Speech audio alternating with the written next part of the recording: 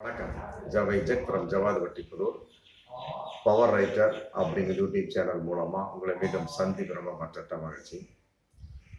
அத்தோட எங்கள் சேனலை சப்ஸ்கிரைப் பண்ணுங்கள், பெல் பட்டன் அழுத்த மறந்துடாதீங்க. அத்தோட எல்லாத்துக்கும் ஷேர் பண்ணுங்க. அதாவது ஒரு இதயம் கனத்த ஒரு வீடியோ, எதிர்பாராத ஒரு சம்பவம், யாருமே ஏற்றுக்கொள்ள முடியாத ஒரு நிகழ்வு, ஒரு முடிவு. ஏஆர் ரஹ்மானுக்கும் சாய்ரா பானுக்கும் விவாகரத்து அப்படிங்கிற ஒரு செய்தி. சாய்ரா பானு தான் தன்னுடைய வக்கீல் மூலமாக அறிவிச்சிருக்கார். ரெண்டு பேருமே இஸ்லாமியர்கள். அதனால ஒரு பெண்ணுக்கு ஒரு ஆண் விவாகரத்து கொடுக்க முடியும், ஒரு ஆணுக்கு ஒரு பெண் விவாகரத்து கொடுக்க முடியும். அதன் அடிப்படையில ஒரு பெண் ஒரு ஆணுக்கு விவாகரத்து கொடுக்கிறார். அதுக்கு பேர் குலா என்று பெயர். அதன் அடிப்படையில சாய்ரா பானு ஏஆர் ரஹ்மானுக்கு குலா என்று அந்த விவாகரத்து கொடுத்திருக்கிற டைவர்ஸ் அப்படிங்கிற விஷயம். என்ன சொல்றார் தன்னுடைய வக்கீல் மூலமாக அப்படின்னா, அதாவது பிரியும் கடினமான முடிவை எடுத்துள்ளேன். உணர்வு பூர்வமான அழுத்தத்திலிருந்து எடுக்கப்பட்ட ஒரு முடிவு. எங்களுக்குள் சிரமங்களும் தீர்க்க முடியாத இடைவெளியும் உருவாகியது அப்படிங்கிறாரு. வலியும் வேதனையும் அதிகமானதால் தெரியும். அதான் ஒன்றும் புரியல. ஒரு காதலித்து ஒரு கல்யாணம் செய்திருந்தா கூட பரவாயில்ல, எல்லாம் அரேஞ்ச்மெண்ட் மேரேஜஸ் தான். நல்லபடியா கருத்தாழமிக்க ஒரு பரிமாற்றம் செய்யப்பட்டு ஏற்பட்ட ஒரு கல்யாணம். ஏன் இந்த அளவுக்கு ஒரு 29 வருடங்களுக்குள் 30 வருடத்தை தொடுவதற்கு முதலேயே பிரிவு ஏற்பட்டது அப்படிங்கிற பார்க்கின்ற பொழுது உண்மையிலே மனம் வருத்தத்துக்குரிய விஷயம் என்றாலுமே கூட என்ன காரணம் அப்படிங்கிற ஒரு விஷயம். இதுக்கு அவர் பையன் அமீன் ஒரு வீடியோ போட்டிருக்கார். இது தனி உரிமை, மற்றபடி இதை மதித்ததற்கு மிக்க நன்றி, மற்றபடி பெற்றோர்களின் தனிப்பட்ட உணர்வுக்கு மதிப்பு கொடுங்கள் அப்படின்னு கேட்டுக்கிறார். இதுக்கு பையனும் ஆதரவா இருக்கிறார். இதற்கு ஏஆர் ரஹ்மான் ஒரு விளக்கம் கொடுக்கிறார். அதான் 30 வருஷத்தை எட்டிடுவோம் நம்ம நினைச்சோம், அது நடக்கல. கண்ணுக்கு தெரியாத முடிவாக தெரிகிறது. அர்த்தம் என்னவென்று எனக்கு புரியவில்லை அப்படிங்கிறார். நண்பர்களுக்கு நன்றி சொல்லும் அளவுக்கு என்ன இருக்கிறது? பலவீனமாக அத்தியாயத்தை கடந்து செல்கின்றோம், பலவீனமான அத்தியாயத்தை நாங்கள் கடந்து செல்கின்றோம் அப்படின்னு ஒரு பதிவு. இந்த 3 பதிவுமே வைத்து பார்க்கின்ற பொழுது ஒன்றுக்குள் ஒன்று ஏதோ ஒரு வகையில முரண்படாமல் ஏதோ ஒரு வகையில் லிங்க் இருந்துட்டு இருக்கு. அவங்க குடும்பத்துக்குள்ள பையன் ஒரு பதிவு போடுறாரு, அம்மா ஒரு பதிவு போடுறாரு, அப்பா ஒரு பதிவு போடுறாரு. சாய்ரா பானு அப்படிங்கிற சமயத்துல மனைவி ஒரு பதிவு போடுறாங்க, ஏஆர் ரஹ்மான் ஒரு பதிவு போடுறாரு, இருவருக்கும் பையன் அப்படிங்கிற பேர்ல அமீன்கிற ஒரு பதிவு போடுறாங்க. 3 பேரும் பதிவு போடுறாங்க.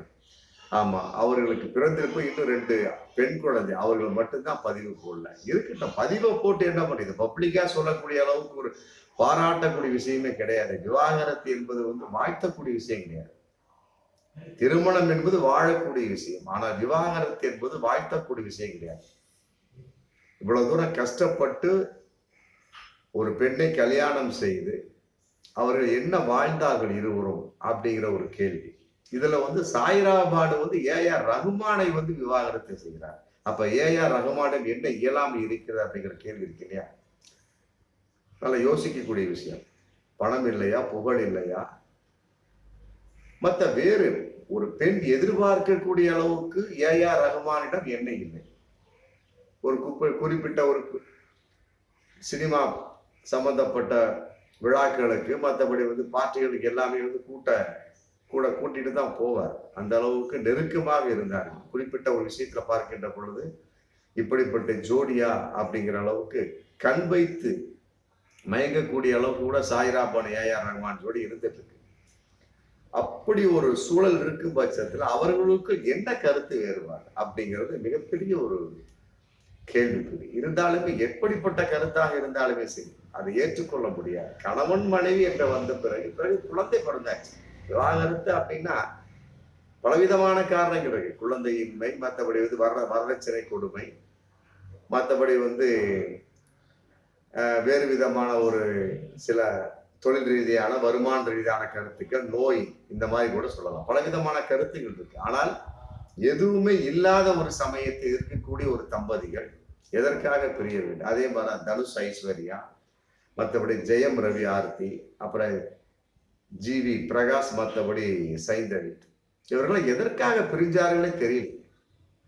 எல்லாருக்கும் எல்லா திறமையும் இருக்கு, முடிஞ்சு போச்சு. இந்த திறமையில் விட்டு கொடுத்து போகக்கூடிய அளவுக்கு என்ன இருக்கு, விட்டு கொடுத்து போக முடியாத அளவுக்கு என்ன இருக்கு? இந்த ரெண்டு விஷயம் தான்.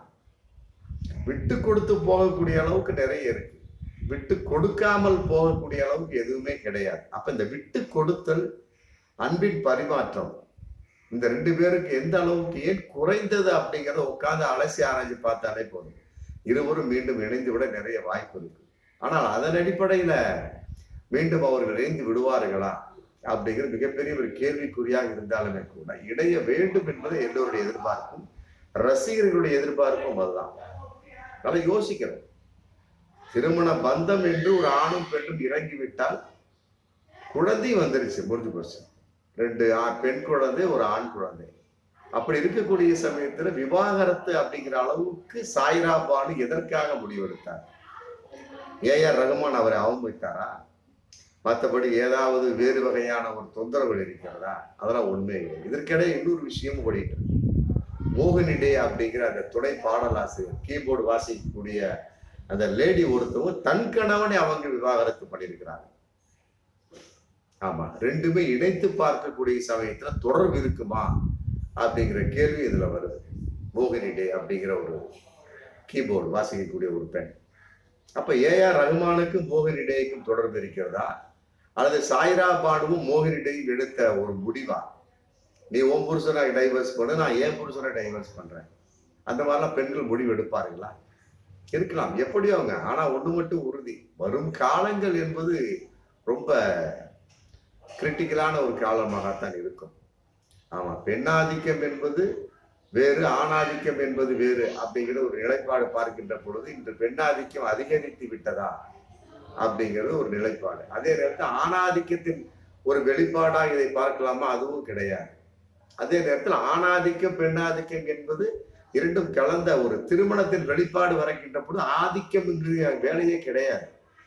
அப்படி இருக்கக்கூடிய சமயத்துல யாராக இருந்தாலுமே சரி, தன்னுடைய ஒரு விஷயம், தன்னுடைய குடும்பம் அப்படின்னு வரக்கூடிய சமயத்துல விட்டு கொடுத்து போகக்கூடிய ஒரு தன்மை, அன்பை வெளிப்படுத்தக்கூடிய ஒரு தன்மை, புரிதல், இந்த 3 தான் ஒரு ஆணையும் ஒரு பெண்ணையும் கடைசி வரை கணவன் மனைவியாக சேர்த்து வாழ வைக்கக்கூடிய ஒரு சூழல்.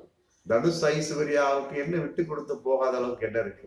ஒண்ணுமே கிடையாது. அதே மாதிரி ஜிவி பிரகாஷ், சைந்தவி, தன் மனைவிக்கு அவர் ஒரு பாடலை கொடுத்தார். நல்ல வாழ்க்கை அற்புதமா தான் இருந்துகிட்டு இருந்தது. அதே மாதிரி ஜெயம் ரவி ஆர்த்தி, என்னை மதிக்கவில்லைன்னு சொல்லிவிட்டு ஜெயம் ரவி ஓரம் கட்டிட்டார்.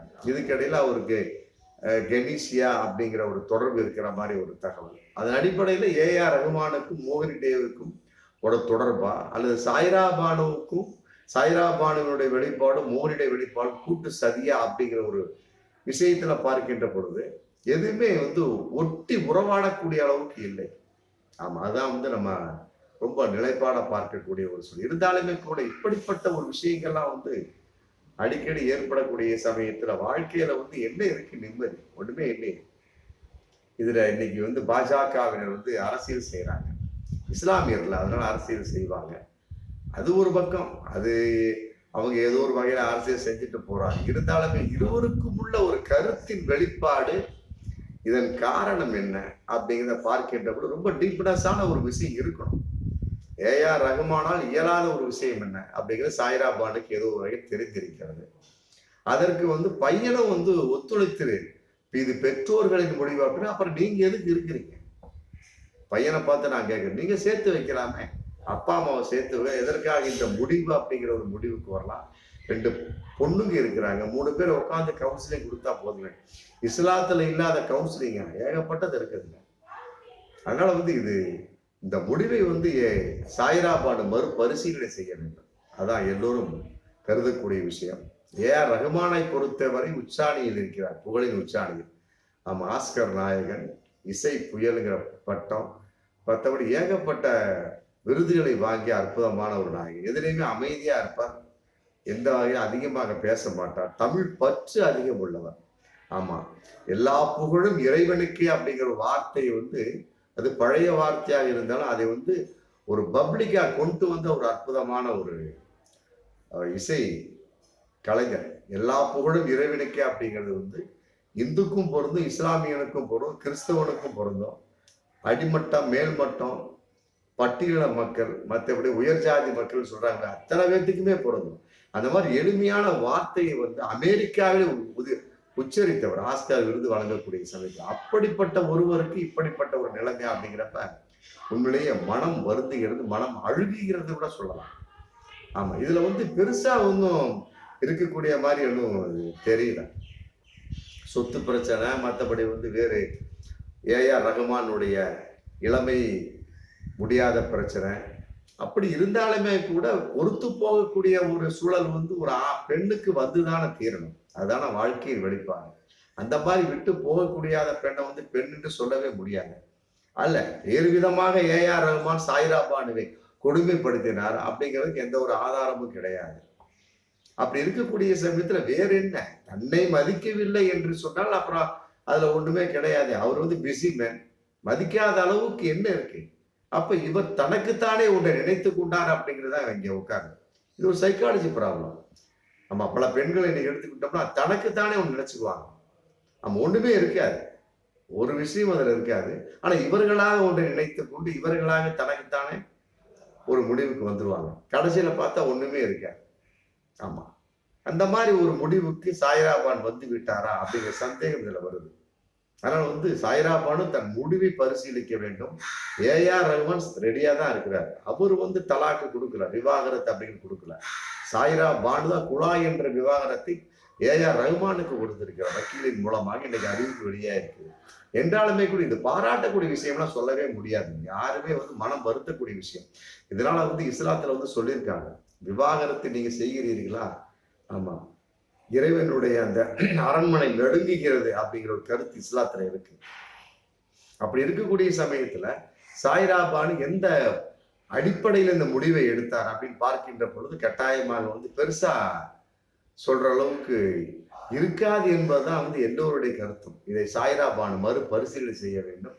ஏஆர் ரகுமானோடும் சேர்ந்து வாழ்வதற்கு என்னென்ன ஒரு உத்திகள் இருக்கு, அதை பசங்க இருக்கிறாங்க, பொண்ணுங்க இருக்கிறாங்க. ஆமா, மோகினி டே அப்படிங்கிற ஒரு அந்த பெண்ணினுடைய தொடர்பு இருக்கிறதா ஏஆர் ரகுமானுக்கு அப்படிங்கிறது அலசி ஆராய்ங்க. எந்த அளவுக்கு உண்மையெல்லாம் சொல்ல முடியாது, அலசி ஆராய்ங்க. அதுக்கு தகுந்த மாதிரி எங்கள் குடும்பத்தை தலையிடாதீங்க கூட சொல்ல வாய்ப்பு. ஏன்னா காக்கா உட்கார பழம்பழம் விழுந்துதான், பழம்பழம் விழுகிறப்ப காக்கா உட்கார்ந்துதான் அப்படிங்கிற பலவிதமான கருத்துக்கள் இருக்கிற சமயத்துல நாள் சாய்ரா பானு டைவர்ஸ் இருக்கிறாரு, அடுத்த நாள் மோகினி டே டைவர்ஸ் அப்படிங்கிறாங்க. ஆமா, இது சாய்ரா பானு மோகினி டே முன்னாள் சொன்னதை கூட சேர்ந்து எடுத்த முடிவா, இல்ல மோகினி டே ஏஆர் ரகுமான் சம்பந்தப்பட்ட விஷயமா அப்படிங்கிறதுல பலவிதமான கருத்துகள். எப்படி இருந்தாலுமே சரிங்க, வாழ்க்கை என்பது சகித்து கொள்ள வேண்டியது, பொறுத்து கொள்ள வேண்டியது. இக்கால பெண்களுக்கு அது குறைவாக இருந்து கொண்டிருக்குது அப்படிங்கிறத பகிரங்கமான உண்மை. ஆனா இது ஏற்றுக்கொள்ள முடியாத ஒரு விவாகரத்து. ஆமா, இதை பல பெண்கள் உற்று கவனித்துக் கொண்டிருக்கிறார்கள். ஆமா, இப்படிப்பட்ட ஒரு விஷயங்களை பல பெண்கள் எடுத்து விடாதீர்கள். இது கட்டாயமாக வாழ்க்கைக்கு உதவாது. ஆமா, பொறுத்து செல்லுங்கள். அது ஆணாக இருக்கட்டும், பெண்ணாக இருக்கட்டும். குழந்தைகள் பிறந்தது பிறகு அவர்களுக்காகவாது வாழுங்கள் அப்படிங்கிற விஷயம் இதுல இருக்கு. அந்த ஒரு விஷயம் கூட இந்த சாய்ரா பானுக்கு இல்லையே அப்படிங்கிறது மனம் வருத்தக்கூடிய விஷயமா தான் இருக்கு. பார்ப்போம் மீண்டும் அடுத்த வீடியோ. நன்றி.